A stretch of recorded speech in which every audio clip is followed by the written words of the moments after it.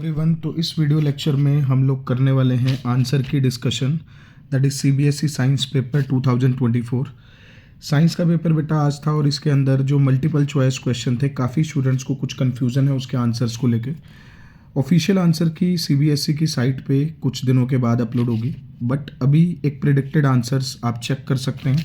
सबसे पहले हम करेंगे स्टार्ट सेट नंबर 1 से, फिर उसके बाद set number 2 and set number 3 के जो डिफरेंट क्वेश्चन होंगे उसको भी एक बार देखेंगे।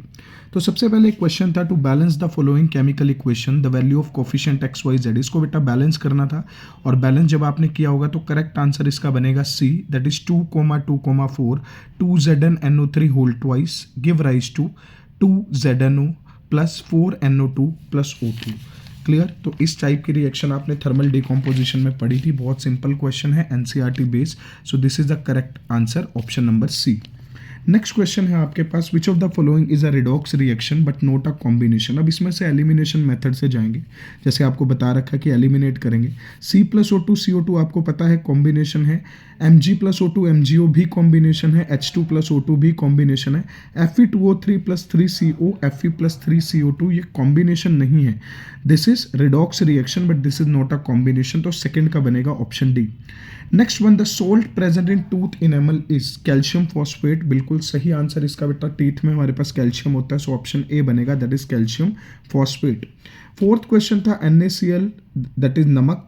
NaCl को हमने पानी में मिक्स किया डिस्टिल वाटर में, और pH of the solution count की, मेजर की, तो हमें पीएच मिलेगी 7, because NaCl is a neutral salt.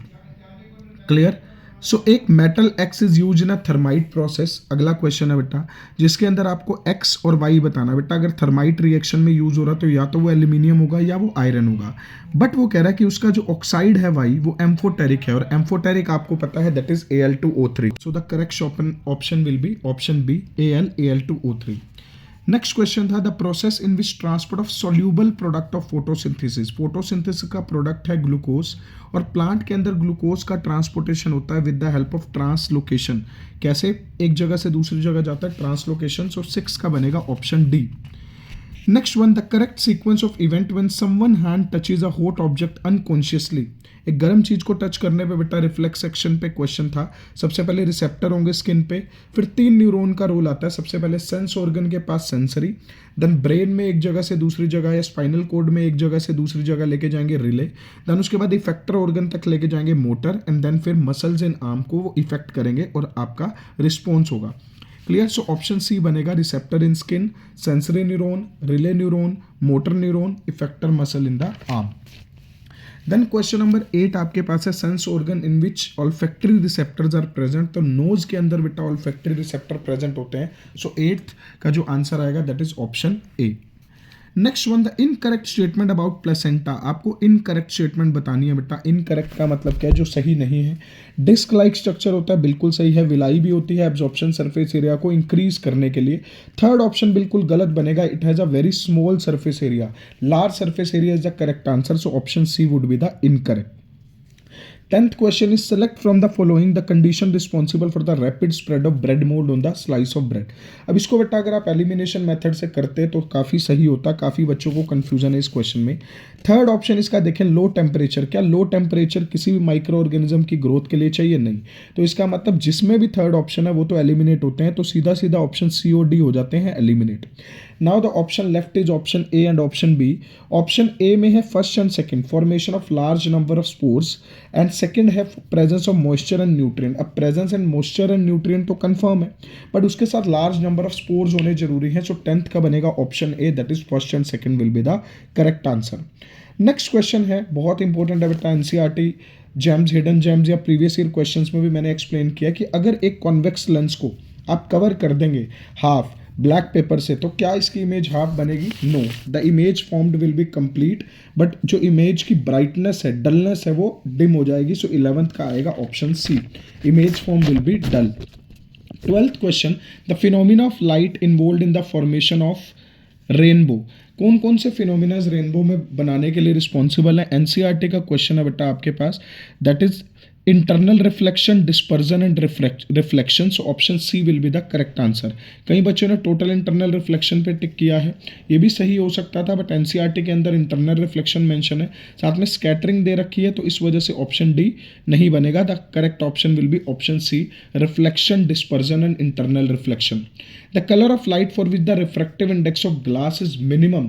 अब यहाँ पे बेटा एक ट्रिकी क्वेश्चन क्या है, refractive index of glass minimum का मतलब क्या है? अगर ग्लास का रिफ्रैक्टिव इंडेक्स मिनिमम होगा तो मतलब वेवलेंथ ज़्यादा होनी चाहिए, क्योंकि रिफ्रैक्टिव इंडेक्स और वेवलेंथ एक दूसरे के अपोजिट होते हैं, और वेवलेंथ सबसे ज़्यादा है रेड कलर की।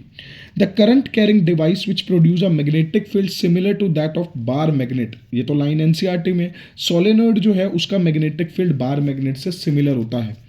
15th क्वेश्चन अगेन एक ट्रिकी क्वेश्चन था, जिसके अंदर बेटा इलेक्ट्रॉन और प्रोटॉन की डायरेक्शन मेंशन है। आप इसके अंदर फ्लेमिंग लेफ्ट हैंड रूल लगाएंगे और आंसर देंगे। इलेक्ट्रॉन क्योंकि डाउनवर्ड है तो आपके पास करंट की डायरेक्शन होगी अपवर्ड।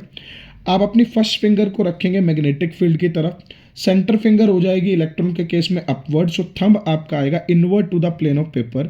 और यही अगर हम बात करेंगे पॉजिट्रॉन की, which is a positively charged particle, ये अपवर्ड दे रखा है, तो जो पॉजिटिवली चार्ज पार्टिकल की डायरेक्शन वही करंट की डायरेक्शन, सो करंट इसमें भी अपवर्ड, इसमें भी फ्लेमिंग लेफ्ट हैंड रूल जब आप लगाएंगे तो current upward, magnetic field right side में, तो थंब इसमें भी inward to the plane of paper आएगा, so option A will be the correct, both pointing into the plane of paper.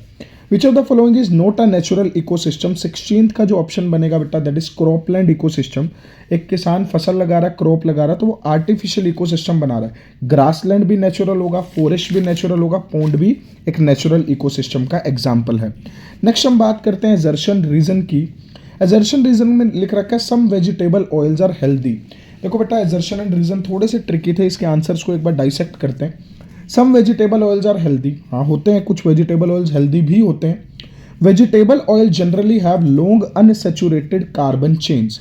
अब यहाँ पे बेटा जो रीज़न है, रीज़न बिल्कुल सही है, क्योंकि इनके अंदर वेजिटेबल ऑयल के अंदर पॉली अनसैचुरेटेड फैटी एसिड्स होते हैं, प्यूफा। तो एजर्शन हमारे पास करेक्ट है, रीज़न हमारे पास करेक्ट है, बट दोनों में कोई भी कनेक्शन नहीं है। Next one, some of the children will be determined by what they inherit from their mother। बिल्कुल भी नहीं। sex of the children will be the determined by that they inherit from their mother। बिल्कुल भी नहीं बेटा, mother के पास तो XX chromosome होता है, तो एजर्शन रॉन्ग हो गया, जबकि रीजन बिल्कुल सही है। 19th में electron move from a lower potential to higher potential, ये मैक्सिमम बच्चों ने गलत किया बेटा, बिल्कुल सही है एजर्शन। इलेक्ट्रॉन मूव करते हैं lower potential to higher potential, जो बच्चे हायर टू लोअर करके हैं वो करंट की डायरेक्शन होती है, इलेक्ट्रॉन हमेशा करंट की डायरेक्शन के अपोजिट होता है, तो एजर्शन बिल्कुल सही है। और वो क्यों मूव कर पाते हैं? क्योंकि ड्राई सेल मेंटेन करता है electric potential across the end of the conductor, so assertion मेरे पास सही होगी, रीजन भी मेरे पास सही है, और दोनों एक दूसरे का सही कनेक्शन है, सो 19th का option A. 20th, ozone layer protect the surface of the earth from harmful UV radiations. बिल्कुल सही है, ओजोन लेयर प्रोटेक्ट कर रही है। And chlorofluorocarbon are responsible for the depletion of ozone layer, ये भी सही है, बट दोनों में कोई कनेक्शन नहीं है, सो इस वजह से बनेगा ऑप्शन बी। अब सेट नंबर 1 के कुछ क्वेश्चन थे, सेट नंबर 2 के मोस्ट ऑफ द क्वेश्चन जो थे वो सारे के सारे क्वेश्चन सेम थे, बट कुछ अलग क्वेश्चन जो हैं वो हम आपके साथ डिस्कस करेंगे। जैसे बेटा एक क्वेश्चन है, identify the involuntary action from the following. Involuntary action के अंदर बेटा जो हमारे खुद के कंट्रोल में नहीं है, राइडिंग अ बाइसिकल बिल्कुल कंट्रोल में, पिकिंग अ पेंसिल बिल्कुल हमारे कंट्रोल में, देन उसके बाद regular beating of the heart ये हमारे पास इनवॉलेंट्री एक्शन के अंदर आएगा, क्योंकि कंट्रोल में नहीं है। Clear? So this is the involuntary action. Next हमारे पास जो डिफरेंट क्वेश्चन इसके अंदर आया था, देन वो डिफरेंट क्वेश्चन है, बाकी सारे क्वेश्चन ऑलमोस्ट सेम है। एक फिनोफ्थिलिन वाला क्वेश्चन था किसी सेट में, वो एक बार हम लोग डिस्कस करने वाले हैं।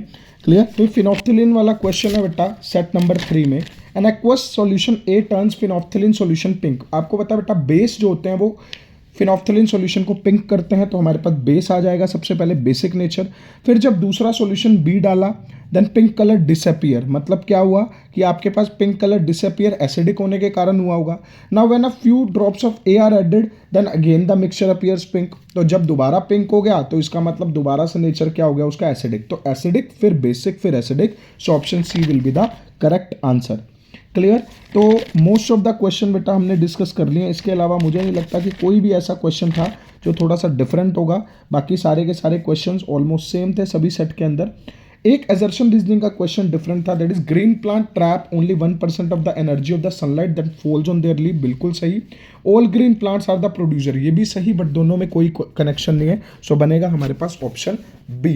क्लियर, assertion भी सही है, रीजन भी सही है और एक्सप्लेनेशन सही नहीं है, सो ऑप्शन बी। तो बेटा ये थे आपके एमसीक्यू क्वेश्चन। क्लियर, आपके एमसीक्यू कितने सही हुए कितने नहीं आप कमेंट्स में ज़रूर लिखेंगे। एंड किसी के अगर ज़्यादा एमसीक्यू भी गलत हुए हैं या कम गलत हुए हैं तो उससे ज़्यादा फ़र्क पड़ने वाला नहीं है। आप अपने नेक्स्ट एग्ज़ाम की प्रिपरेशन करेंगे। All the best for the next exam. Clear, और अगर आपने चैनल को सब्सक्राइब नहीं किया so do subscribe. All the best for the future, good luck.